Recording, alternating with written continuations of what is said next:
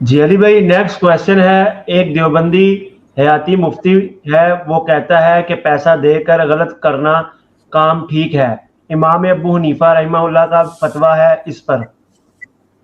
کہتے ہیں رد المحتار فتاوی شامیہ مسئلہ ہے. ما اخذت الزانیۃ ان کان بعقد الاجارۃ فحلال عند ابی حنیفہ رحمہ اللہ تعالی.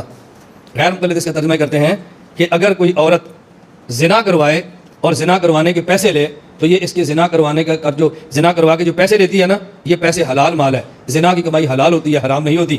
تو کہتے ہیں ابو حنیفہ دیکھو چکلے کا لسان جاری کر دیا کہ جو بھی عورت زنا کرے گی اور اس پر پیسے لے گی تو پیسے لینے بالکل جائز ہوگا، یہ حلال کی کمائی ہے.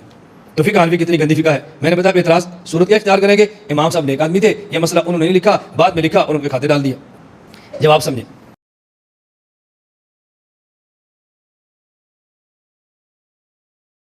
اس میں ہے ما اخذت الزانیۃ ان کان بعقد الاجارہ.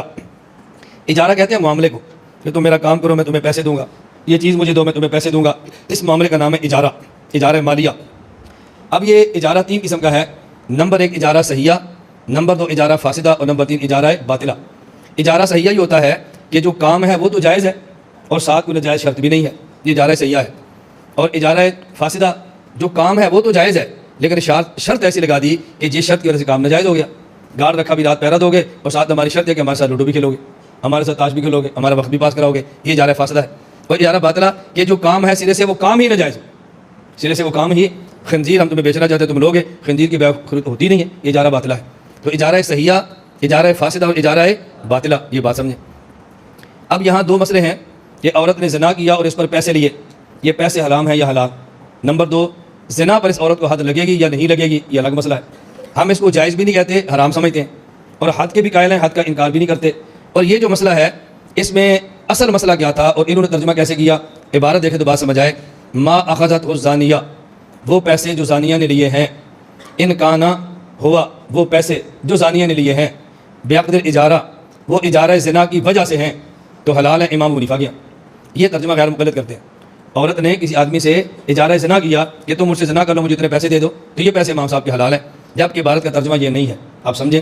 ما اخذت الزانیہ، عورت نے جو پیسے لیے ہیں، ان کانا، یہ کانا میں ہوا ضمیر، یہ جو زانیہ کے اندر زنا ہے نا اس کی طرف لوٹ رہی ہے. جیسے اے دلو ہوا اقرب للتقوی، ہوا نسبت ہے اے دلو کے اندر جو عدل ہے نا اس کی طرف ضمیر لوٹتی ہے، اے دلو ہوا اقرب. ان کانا، یہ جو زنا ہے، بعقد الاجارہ، یہ بات سببیت کے لیے نہیں، بات تلبس کے لیے ہے. کیا مطلب؟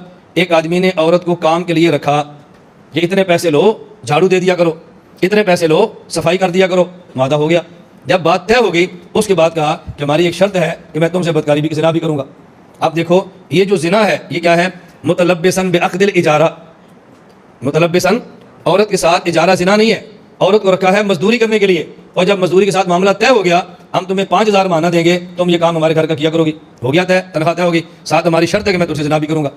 اب یہ جو زنا ہے یہ زنا اس اجارے کے ساتھ ملا ہوا ہے، یہ اجارہ زنا نہیں ہے. اصل میں تو اجارہ کسی اور چیز کا ہے، اجارہ تو نظافہ ہے، صفائی کا ہے، اور چیز ہے نا، لیکن ساتھ یہ زنا مل گیا ہے، یہ شرط لگا دی ہے کہ فحلال عند ابی حنیفہ. ایک عورت کو رکھا ہے مزدوری کے لیے اور بعد میں شرط لگا دی زنا کی، یہ عورت مزدوری کی اور مزدوری کی وجہ سے پیسے لیے. ما اخذت الزانیہ، یہ جو عورت نے پیسے لیے ہیں نا، اور صورت یہ ہے کہ زنا کے ساتھ شرط بھی لگی ہوئی ہے، تو یہ پیسے حلال ہیں امام ابو حنیفہ کے ہاں. کیوں؟ یہ جو عورت پیسے لے رہی ہے یہ زنا کے نہیں ہے، یہ پیسے اپنی اس مزدوری کی ہے برتن دھونے اور صفائی کے جس پر اس کا معاہدہ ہوا تھا. اب سمجھ آ گئی؟ اور جب شرط لگ جائے اور اجارہ فاسد ہو جائے تو اس میں فقہ کا مسئلہ یہ ہے، اجارہ فاسدہ میں تنخواہ مزدوری کون سی دیں گے؟ جو طے مزدوری ہے وہ نہیں دیں گے، بلکہ اجر مثل جو اس دو علاقے میں رواج ہے وہ دیں گے. مثلا طے کر لیا ہے تم برتن دو گی، صفائی کرو گی، گھر کا کام کرو گی، تمہیں مہینے کے 5000 دیں گے، مجھے منظور ہے. بعد میں کہا میری شرط ہے کہ زنا بھی کرو گی.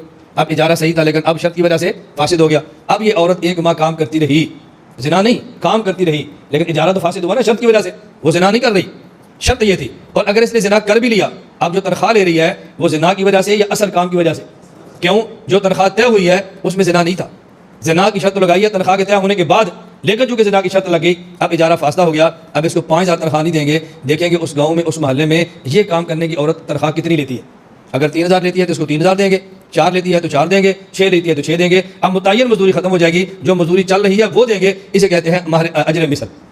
تو اب امام صاحب رحمۃ اللہ علیہ زنا کی کمائی کو حلال نہیں فرما رہے، زنا کرنے والی عورت کا جو دوسرا کام ہے اس کی مزدوری کو حلال فرما رہے ہیں. یہ بالکل ایسے ہی ہے، ایک آدمی مسجد میں جائے، نماز پڑھے اور واپس آئے تو جوتے بھی چوری کر لے. اب نماز پڑھنے کا ثواب ملے گا اور جوتے چوری کرنے کا گناہ ملے گا. آئے دورہ تحقیق المسائل کرنے کے لیے اور نظریں موبائل پر بھی رکھے. اب تحقیق المسائل کرنے کا ثواب ملتا رہے گا اور گندے گندے موبائل چوری کرنے کا گناہ بھی ملتا رہے گا. دونوں کام اس کے چل رہے ہیں. یہ آیا تھا جنت کے لیے اور ساتھ اس نے جہنم کا بھی راستہ کھول دیا ہے. اللہ مجھے خالص جنت نہیں چاہیے، پہلے مجھے جہنم بھیج، میں نے عذاب لینا ہے اور اس کے بعد میں نے جنت میں جانا. پہلے میں نے شیطان والا کام کرنا ہے، اللہ پھر میں رحمان کا مہمان بنوں گا. مہمان رحمان کا ہو اور کام شیطان کا ہو تو میزبان بھی کہتا ہے اور گدھے تجھے حیا کرنی چاہیے تھی، ہمارا ہی خیال کر لیتا، کوئی ہمارا ہی خیال کر لیتا، یہ تو کیا کر رہا ہے. تو جیسے مسئلے میں آدمی گیا، نماز بھی پڑھی اور چوری بھی کی. اب بتاؤ نماز کا ثواب ملے گا اور چوری کا گناہ ملے گا. اس عورت نے کام کی تنخواہ لی ہے، ساتھ زنا کیا ہے تو زنا کا گناہ ملے گا اور اپنی مزدوری پر جو تنخواہ ہے اس کے لیے حلال ہو جائے گی. اور اس میں بس اوقات صرف شبہ پڑ جاتا ہے حضرات صاحبین کی وجہ سے کہ صاحبین فرماتے ہیں کہ یہ حرام ہے.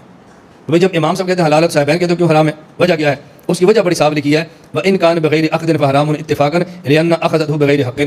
یعنی صاحبین کا موقف یہ ہے کہ اگر اس کو اجارے کا حصہ بنا لیا اب مال حرام ہو گیا.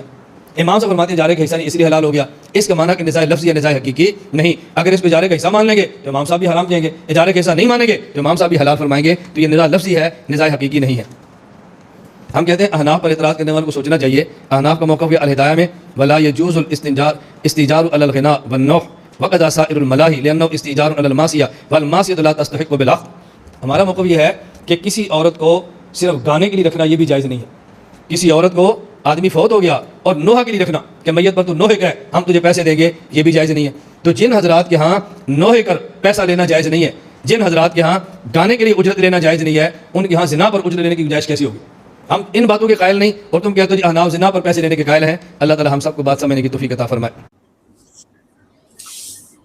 تو آپ مجھ سے کیوں پوچھ رہے ہیں؟ مطلب آپ یہ سوال مجھ سے اس لیے پوچھ رہے ہیں کہ میں کہوں کہ کیا یہ فتویٰ ٹھیک ہے ان کی طرف منسوب؟ تو ظاہر ہے جی غلط ہے فتویٰ اگر ان کی طرف بھی منسوب ہے. امام حنیفہ تو خود موجود نہیں کہ اپنی کلیریفیکیشن دیں، اور وہ اس طرح بھی فتویٰ نہیں ہے. وہ یہ ہے کہ زنا کی اجرت حلال ہے، زنا کرنے کو انہوں نے حلال نہیں کہا ہوا، اور اس کے ڈیفینڈ کرنے کے اوپر اس نے وہ بات کی ہے اس حیاتی نے، مجھے پتا ہے. تو ہم تو غلط سمجھتے ہیں. میں نے تو اس کے اوپر کئی دفعہ ویڈیوز میں بھی کہا ہے اس قسم کے فتوے لکھ کے کون سی اسلام کی خدمت کی ہے. اور امام حنیفہ کو ہم کرٹیسائز اس لیے نہیں کرتے، ہمیں تو پتہ ہی نہیں نا کہ امام حنیفہ نے یہ باتیں کی بھی ہیں کہ نہیں. ان کی طرف منسوب ہے نا، کیونکہ یہ دور مختار یا رد المختار جو ہے یہ تو امام حنیفہ کی وفات کے بھی آلموسٹ 1000 سال بعد کتابیں لکھی جا رہی ہیں. رد المختار جو ہے کتابہ شامی، شامی تو ابھی اس کو مرے ہوئے 200 سال بھی نہیں ہوئے، 1252 ہجری میں فوت ہوا ہے، ابھی 1433 ہجری چل رہا ہے.